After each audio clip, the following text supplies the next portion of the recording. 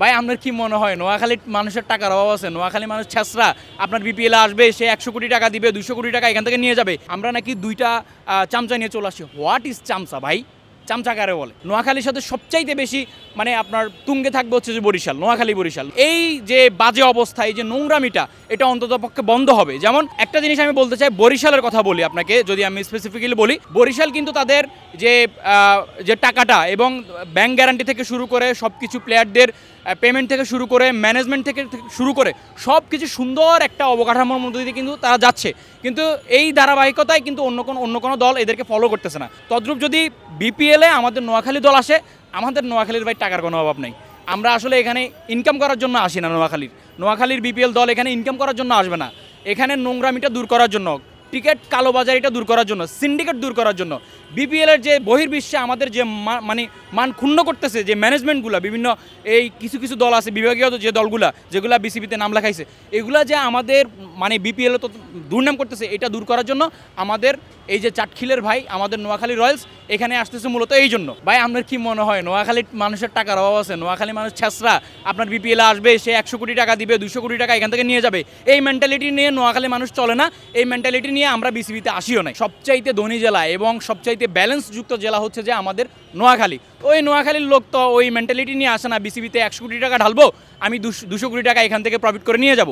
এই ধরনের মেন্টালিটি নিয়ে নোয়াখালীর মানুষ তথা নোয়াখালী রয়্যালসটা এখানে নাম লেখাইতে আসে না। এটা একদম মানে আমার মানে এই জায়গায় গিয়ে লাগছে। ঠিক আছে, এখন বলতে হয় এটা যে সমালোচনা আপনি করেন নিশ্চয়, ঠিক আছে, আপনি সমালোচনা আপনি গঠনমূলক করেন, কিন্তু আপনি যদি অগঠনমূলক সাংঘাতিকের মতো করে ফেলেন, আপনি একজন সাংবাদিক, আপনার একটা নিশ্চয়ই একটা প্রফেশনে আছেন, আপনি সমালোচনা করবেন আপনি স্বাভাবিকভাবে বা একটা গঠনমূলক সমালোচনা করবেন, কিন্তু সে অগঠনমূলক সমালোচনা করে ফেলছে, যার প্রতিক্রিয়া কিন্তু আপনি দেখছেন যে বিভিন্ন মিডিয়া থেকে শুরু করে একদম সর্বস্তরের মানুষ কিন্তু এটার প্রতিবাদ, তীব্র নিন্দা কিন্তু জানাইছে। তার কথা বলার ধরনগুলো ছিল একদম পুরা নোংরা, খুবই বাজে ছিল। আপনি একটা জিনিস খেয়াল করলে দেখবেন যে সে বলছিল যে বিসিবি তো মোদি দোকান নয় যে আপনি কসকো সাবান না আপনি লাক্স সাবান নেবেন, লাক্স সাবান না আপনি কসকো সাবান নেবেন। আমিও বলতে চাই তার সাথে একমত প্রকাশ করে যে হ্যাঁ, বিসিবি অবশ্যই মোদি দোকান নয়। বিসিবি সেই দোকান যেই দোকানে সিন্ডিকেট চলে, সেই দোকান যে দোকানে বার্গার, পিৎজা, ওই যে আপনার 10 টাকার পানি 100 টাকা হয়ে যায়, সেই ব্যবসা চলে। বিসিবি সেই জায়গায় যেখানে কালোবাজারি থেকে সিন্ডিকেট থেকে শুরু করে আপনার সব কিছুই চলে। বিসিবিতে নোংরামির ছড়াছড়ি, এটা সেই দোকান সেই ব্যবসা, কিন্তু এটা মোদি দোকান নয়। তার সাথে আমি একমত পোষণ করি। এবং সে এখানে বলছে যে আমরা নাকি দুইটা চামচা নিয়ে চলে আসি। হোয়াট ইজ চামচা ভাই? চামচা কারে বলে? আপনি চামচার কি দেখলেন? আমাদের ভুল ত্রুটি হতেই পারে, যেহেতু আমরা নতুনবার আসতেছি। আসলে দেখেন, নোয়াখালী কিন্তু বাংলাদেশের মধ্যে একটা ফেমাস জেলা, কিন্তু সেটা ট্রলে হোক কিংবা সমালোচনা হোক, আলোচনায় হোক, কিন্তু সব কিছু তুঙ্গে আর টেবিলে কিন্তু আমাদের নোয়াখালী থাকেই। সো নোয়াখালী নিয়ে সবার একটা হাইপ আছে যে নোয়াখালী আসলে নোয়াখালীর মানুষগুলো যাবে। এতদিন আমরা হয়তো বা আমাদের বিভাগীয় দল আমরা কুমিল্লা ভিক্টোরিয়ান্সকে সাপোর্ট করতাম, কিন্তু যখন আমাদের নিজস্ব একটা দল হয়ে যাবে নোয়াখালী রয়্যালস নামে, আপনি জানেন আমাদেরকে মানে রয়্যাল বলে আমাদেরকে চিনে, রয়্যাল ডিস্ট্রিক্ট বলে আমাদেরকে চিনে। তো নোয়াখালী রয়্যালস নামে যখন এত সুন্দর একটা দল আমাদের এখানে চলে আসবে, তখন আমরা অন্য কোনো দলকে সাপোর্ট করার কোনো প্রশ্নই আসবে না। আমরা নিজেদের দলকে উৎসাহ দিব এবং আমরা মাঠে যাব এবং আমরা ক্রিকেটটাকে সাপোর্ট করব। কিন্তু এই ধারাবাহিকতা যদি দেখেন, আপনার ভালো প্লেয়ার যদি আমাদের নোয়াখালী রয়্যালসে আসে এবং আমাদের ম্যানেজমেন্টটা যদি ঠিক থাকে, তাহলে হচ্ছে যে আমাদের দেখা আরও দলগুলা তারা ঠিক হয়ে যাবে। যখন আপনি দেখবেন ভালো মানুষের সাথে খারাপ মানুষ চললেও কিন্তু সে ভালো হয়ে যাবে, যদি ভালো মানুষের সংখ্যা বেশি থাকে। তো এরকম যদি ওই মিজানুর রহমানের সাহেবের মতো যদি আমাদের নোয়াখালী রয়্যালসটাও ওরকম থাকে, ইনশাল্লাহ বাকি যে দলগুলো আছে যেগুলো ভালো মতো টিম ম্যানেজমেন্ট করতে পারতেছে না, তারাও ঠিকমতো ঠিক হয়ে যাবে বলে আমি আশা করি। নোয়াখালী আসলে প্রতিপক্ষ অবশ্যই আমরা বরিশালকে দেখব, কারণ হচ্ছে যে বরিশাল আর নোয়াখালীর মধ্যে দুষ্টু মিষ্টি একটা সম্পর্ক আছে, যদিও আমরা এটা সংঘাতে কখনো যাই নাই।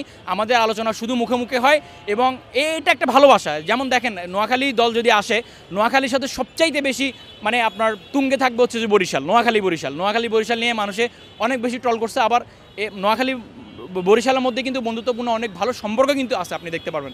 তো এই দল যদি আসে, তাহলে হচ্ছে যে নোয়াখালী ভার্সেস বরিশালের সবচাইতে বেশি সমালোচনা হবে বলে আমি মনে করি শতভাগই আছে নোয়াখালী বিপিএল খেলার। কারণ আমরা এতদিন নাম লেখাই নাই, আমরা এতদিন চেয়ে দেখছি যে তারা কি করে, কিন্তু করতে করতে এমন অবস্থা হয়ে গেছে যে আমাদের বহির্বিশ্বের প্লেয়ারদের কাছে পর্যন্ত আমাদের বদনাম ছড়াই গেছে। বিপিএলের মানে যদি স্থান থাকে 10ম স্থান, সেখান থেকে চলে গেছে 3য় স্থানে। এরকম অবস্থা বিগত দিনে কিন্তু হয়েছে। এখন এটা দেখে আমরা নোয়াখালীবাসী মানে চুপ করে বসে থাকার মতো আর কিন্তু সময় আমাদের হাতে নেই।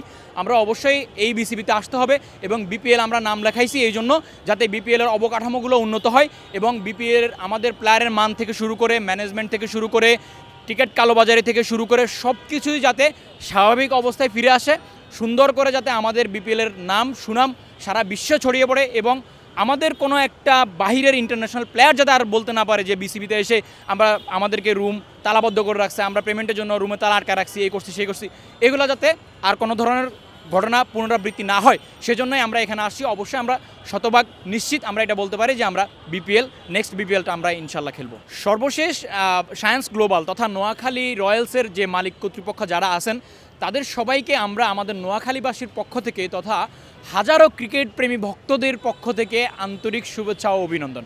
কারণ আপনারা আমাদের নোয়াখালীবাসীর দীর্ঘদিনের যে আশা আকাঙ্ক্ষা ছিল সেটা আপনারা এইবার পূরণ করতে যাচ্ছেন।